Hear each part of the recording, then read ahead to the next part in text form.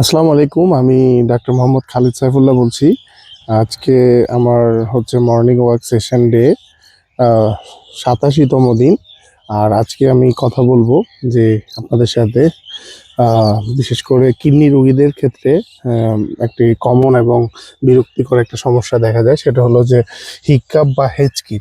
হেঁচকি এটা একটা সাধারণ এবং কষ্টদায়ক লক্ষণ, যেটা হচ্ছে বিশেষ করে এই সমস্ত রোগী যারা ডায়ালাইসিস নেন বা কিডনির কার্যকারিতা মারাত্মকভাবে ক্ষতিগ্রস্ত, বিশেষ করে এন্ড স্টেজ যে রেনাল ডিজিজ যাদের আছে তাদের ক্ষেত্রে এই সমস্যাটি বেশিরভাগ ক্ষেত্রে আমরা দেখে থাকি। তো হেঁচকি কেন হয়? বিশেষ করে যাদের কিডনি বিকল হয়ে যায় সেই রোগীদের ক্ষেত্রে রক্তের মধ্যে ইউরিয়ার মাত্রা যখন বেড়ে যায়, যেটাকে আমরা ইউরেমিয়া বলে থাকি, সেটা থেকে যেমন রক্ত আমাদের যে বাই প্রোডাক্ট যেগুলো আছে বজ্র পদার্থ, যেটা ইউরিয়া, ক্রিয়েটিনিন, যেটা ঠিকমতো কিডনি ফিল্টার করতে পারে না, যেটার কারণে ইউরেমিয়া হয়ে থাকে, যেটা থেকে কিডনি রোগীদের ক্ষেত্রে আমরা দেখে থাকি যে অতিরিক্ত মাত্রার হেঁচকির প্রবলেমটা হয়ে থাকে। এটা মূলত ইউরেমিয়া হচ্ছে আমাদের যে বুকের যে ডায়াফ্রাম আছে এবং ফ্রেনিক যে নার্ভ, এই নার্ভটাকে হচ্ছে অত্যাধিক মাত্রায়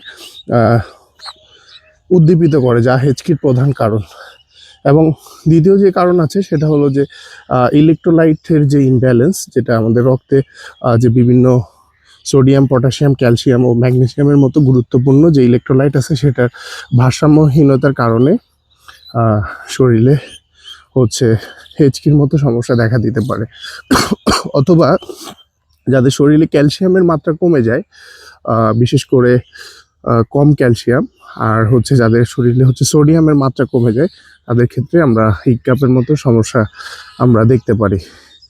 এবং 3 নম্বরে যেটা প্রধান এবং বিশেষ কারণ, সেটা হলো যে গ্যাস্ট্রিক সমস্যা যাদের আছে, গ্যাস্ট্রোইন্টেস্টিনাল সমস্যার কারণে, যেমন কিডনি রোগীদের প্রায় গ্যাস্ট্রোপোরোসিস, যেটা আসলে যে পাকস্থলী থেকে খাবার খালি না হওয়া যে সমস্যা, অর্থাৎ খাবার হজম না হয়ে একেবারে অপরিবর্তিত অবস্থায় শরীর থেকে বের হয়ে যাওয়ার মতো সমস্যা, বিশেষ করে অ্যাসিড রিফ্লাক্স ডিজিজ যাদের আছে, জার্ডের সমস্যা, এই এই সমস্ত কারণে আমাদের যে বুকের যে ডায়াফ্রাম আছে, এই ডায়াফ্রামটাকে হচ্ছে অধিক মাত্রায় হচ্ছে উদ্দীপিত করার কারণেই আমাদের হেঁচকির মতো সমস্যা আসতে পারে।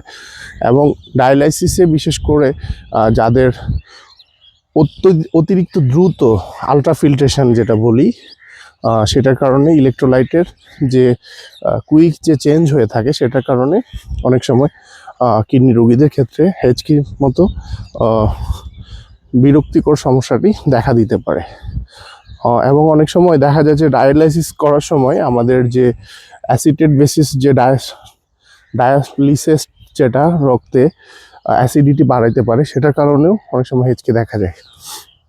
এবং বিশেষ করে কিছু ড্রাগসের সাইড ইফেক্ট হিসেবে দেখা দিতে পারে, বিশেষ করে কমনলি প্রেডনিসোলন এবং কিছু ব্যথানাশক ওষুধের কারণেও আমাদের শরীরে হেঁচকি আসতে পারে। তো যারা কিডনি রোগী আছেন এবং এন্ড স্টেজ রেনাল ডিজিজ যাদের, তাদের ক্ষেত্রে বিশেষ সতর্কতা, বিশেষ করে অতিরিক্ত পানি পান করার মতো সমস্যা, এগুলা অ্যাভয়েড করতে হবে। সাধারণত যদিও হেঁচকির কমন একটা যে সমাধান, সেটা হলো যে ঘন ঘন পানি পান করা। এই পানি পান করা থেকে বিরত থাকতে হবে। পানি ওভারলোড হলে কিডনি ডায়ালাইসিস করা রোগী যারা আছেন তাদের ক্ষেত্রে এই সমস্যাটা আরও বেড়ে যেতে পারে। এবং বিশেষ করে ডায়াবেটিস রোগীদের ক্ষেত্রেও, পাশাপাশি যাদের কিডনি সমস্যা আছে তাদের ক্ষেত্রে হেঁচকির মতো সমস্যা দেখা দিতে পারে। বিশেষ করে অত্যাধিক মাত্রার যে সোডিয়াম যে যুক্ত যে খাবারগুলো আছে, সেই খাবারগুলো আমাদেরকে গ্রহণ করা যাবে না, সেটার প্রতি আমাদেরকে যত্নশীল হইতে হবে।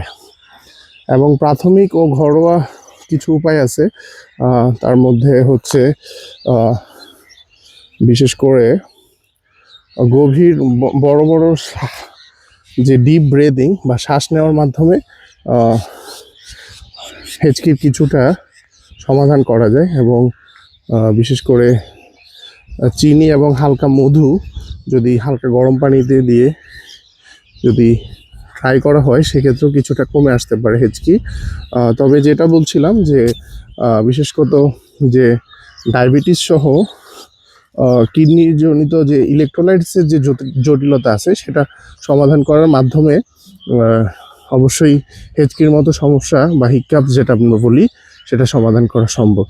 আর অবশ্যই যাদের 1 থেকে 2 দিন হয়ে গেছে কিন্তু তাদের এখনও পর্যন্ত হেঁচকির সমস্যাটা আপনি সমাধানযোগ্য হয় নাই, সেই ক্ষেত্রে অবশ্যই ডাক্তারের পরামর্শটা খুবই জরুরি।